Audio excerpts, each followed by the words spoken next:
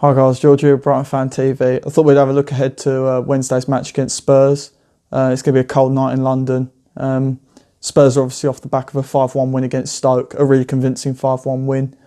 We're going to have to learn from the mistakes that Stoke made. They conceded within 15 minutes, first quarter of an hour. And they let 3 goals in 12 minutes. And unfortunately, 3 goals in 12 minutes, very reminiscent of Brighton. We saw it against Liverpool conceding quickly. And even to an extent against Huddersfield conceding 2 goals in the first half. We're going to have to be careful not to make that mistake. I think that we're going to have to be very, very tight defensively. We're going to have to really sort ourselves out as a defensive unit. I think obviously the key characters for Spurs, they have their own Fab Four as such of Son, Kane, Ali and Eriksen.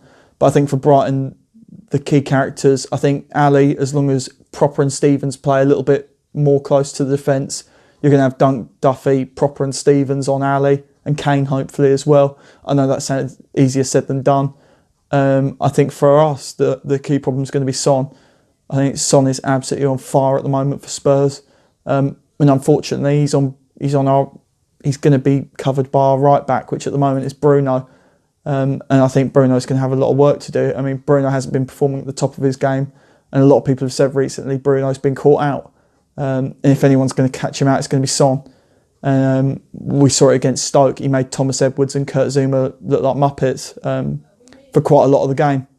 And for us, it's going to be really important to have that right-hand side locked down. Equally, the left-hand side with Eriksen.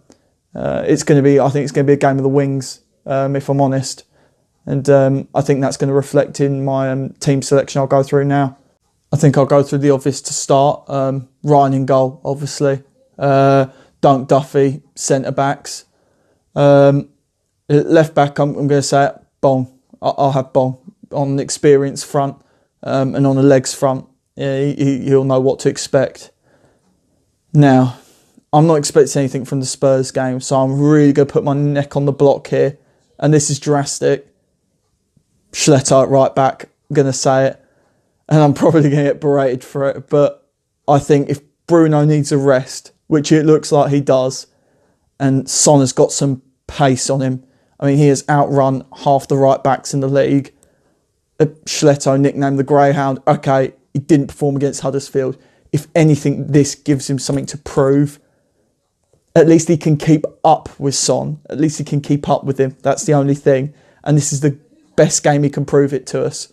So in midfield, I have Propper and Stevens, but playing a much more defensive midfielder role this time, especially to contain Ali and Kane in particular. Damage limitation does come to mind at this point. On the wings, I'd have Noki back from his absence. He'll be well rested. It'd be good to give his legs a run around just before the Burnley game. And on the opposite wing, I'd start with March this time. Particularly because I'd have Izquierdo come on as a sub. Again, we've seen Izquierdo come on late and use his pace. And Spurs do concede late. That's how Stoke got their 1 goal at the weekend, was from a late mistake by Spurs. And if anyone can exploit that, it will be Izquierdo. And as we have nothing to lose in this game, I say we have nothing to lose. This game, we don't expect a lot. And as we're not expecting a lot, I do think that there is room for a bit of experimentation here.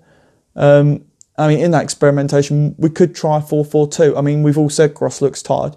If Gross needs a game off, he could have a game off. Maybe play Hamed and Murray up front together. If we're gonna make some subs, put Baldock on. Why not have Baldock run around a bit? He's been training with the under-23s. He's played with the under-23s. He's scored with the under-23s. Let him prove something. Put him up with Murray, a bit like last season, and just play a classic 4-4-2. If not for the whole game, at least partially.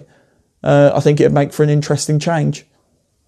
In terms of subs, it'd be interesting to see Hunemeyer come in. It's been a while since we've seen him, particularly in place of Dunk or Duffy. I rate him as a player, and I feel like it'd be interesting to see how he fits into the squad. There's a bit of experimentation. It'd be interesting to see Kyle come back as well. I think giving Kyle a run around In particular for Stevens, I think keep Proper in his place, but have see how Kyle works in that mix. Obviously, Proper and Stevens have worked up quite a good relationship now, but it'd be nice to see how he fits into the dynamic. I mean, I'm not expecting anything from the Spurs game on Wednesday night. I'm really not. Anything less than 2-0, I'd be ecstatic. If we got a draw, I'd be beyond excited. And a win is beyond my expectations. It'd be like a bit of a dream, really, wouldn't it? Getting a win against Spurs at Wembley. But not unrealistic. I mean, Watford managed to force a draw out of there not only 3 weeks ago. I mean, we've got to go into it with an open mind. We really do. Bit of Brighton Hove Albion atmosphere at Wembley and see what we can do. This has been George for Brighton Fan TV, up the Albion. We'll see you Wednesday.